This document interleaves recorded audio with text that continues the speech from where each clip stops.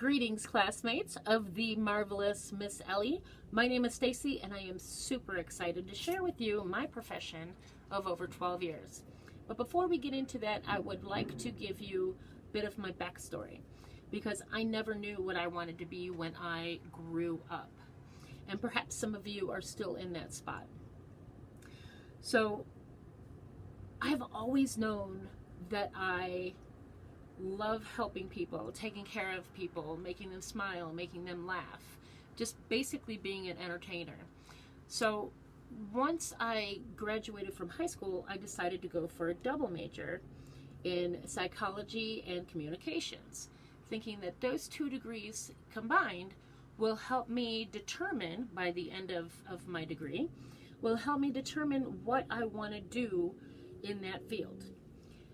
However, that did not happen. I mean, I still wanted to do everything. I wanted my hands in every single job, everything. I couldn't narrow it down. Soon thereafter, I decided I'm going to work for the general public. So I would go out and I would work. I've worked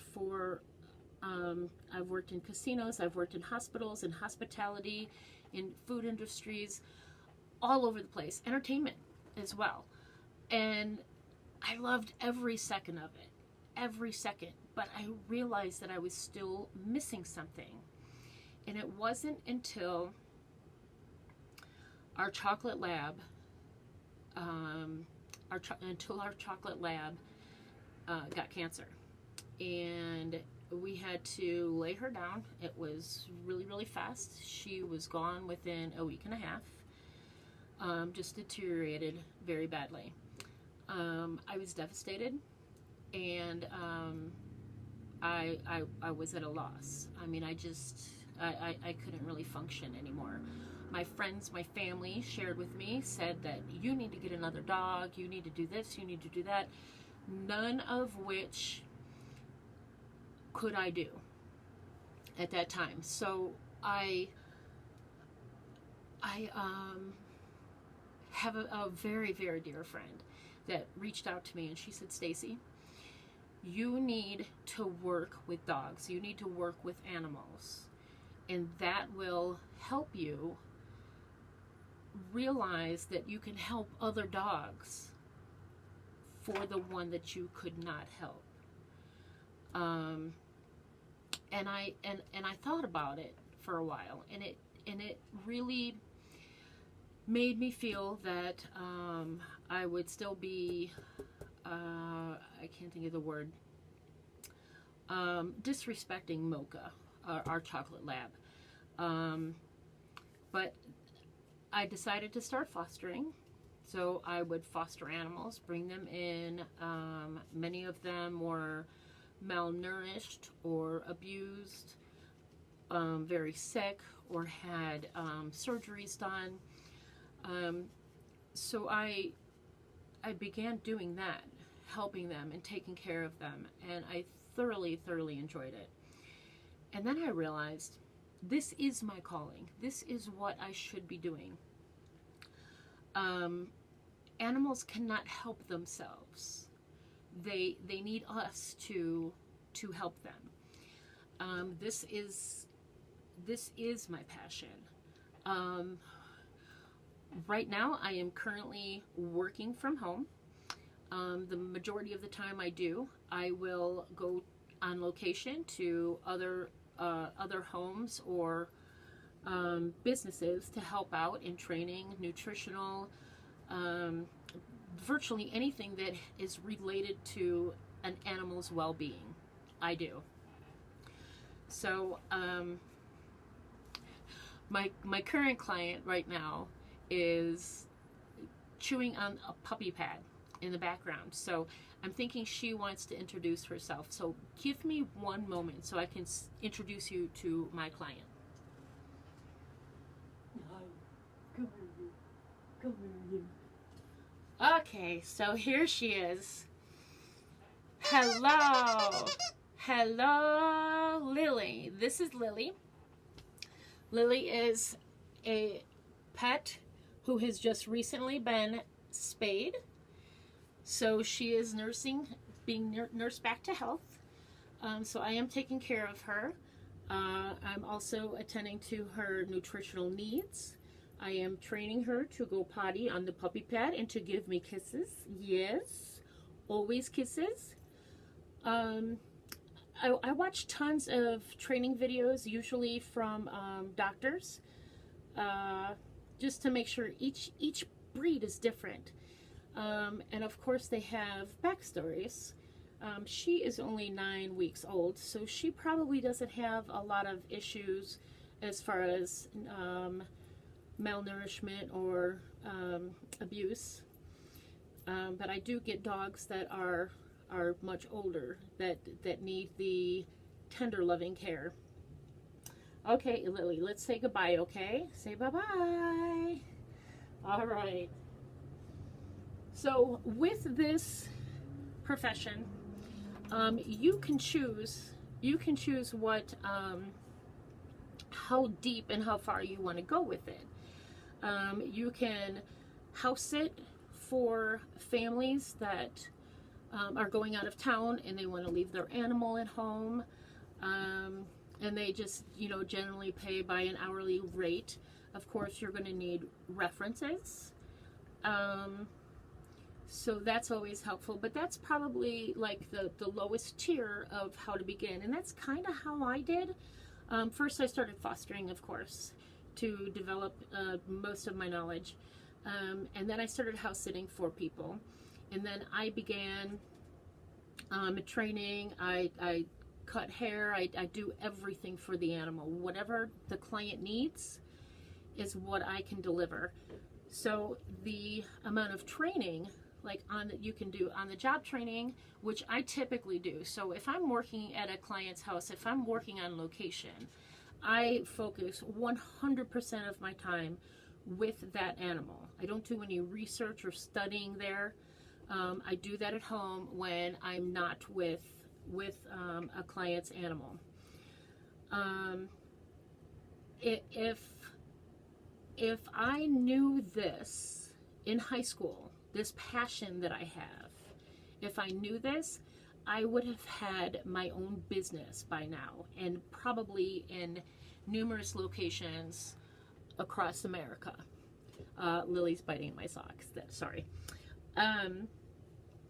So there's just so many opportunities out there for you, my friends.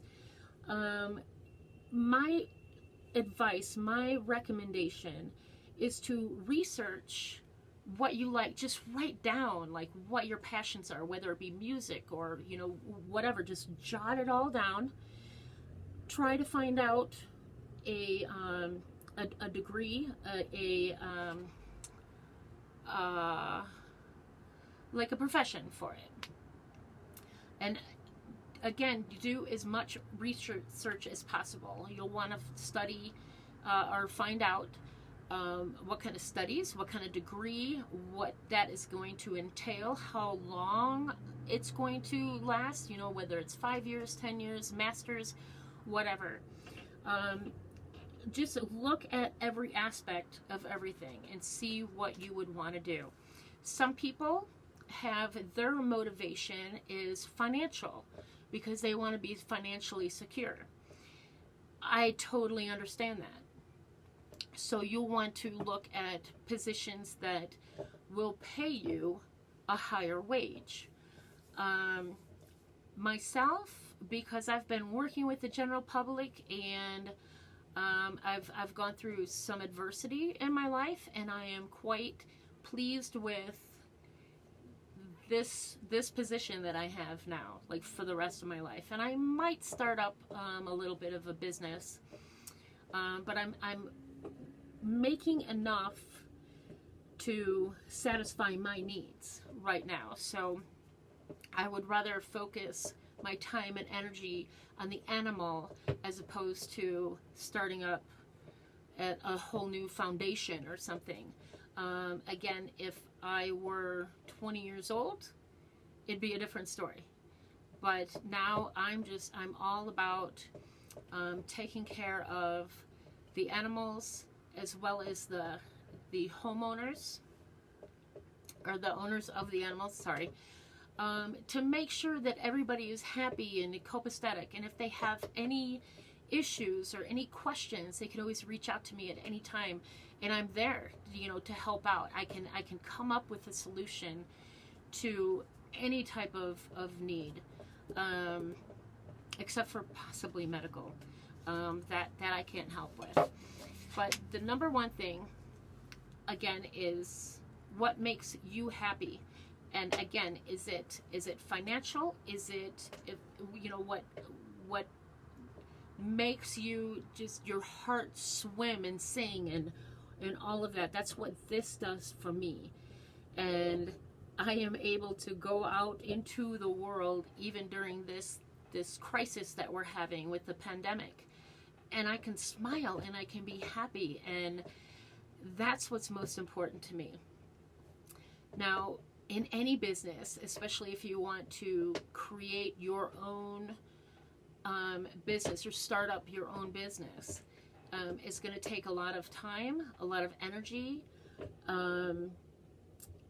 It's you have to collaborate, you have to do research. There's a myriad of things that have to be done, and the only thing that I recommend for you is to do what you need to do. So I would give anything to be in your guys' shoes right now, to, first of all, because Ellie's the best, but it's just a very exciting time, very, very exciting time. I was mostly just taking care of me and my needs and my friends' needs, and just being the class clown and being silly and like all this other stuff. And again, I wouldn't change a thing. I really wouldn't change a thing, because I finally found out what I want to be when I grow up, and I'm there, and I'm absolutely there. So let me just double check my notes here real quick and make sure that I didn't forget anything.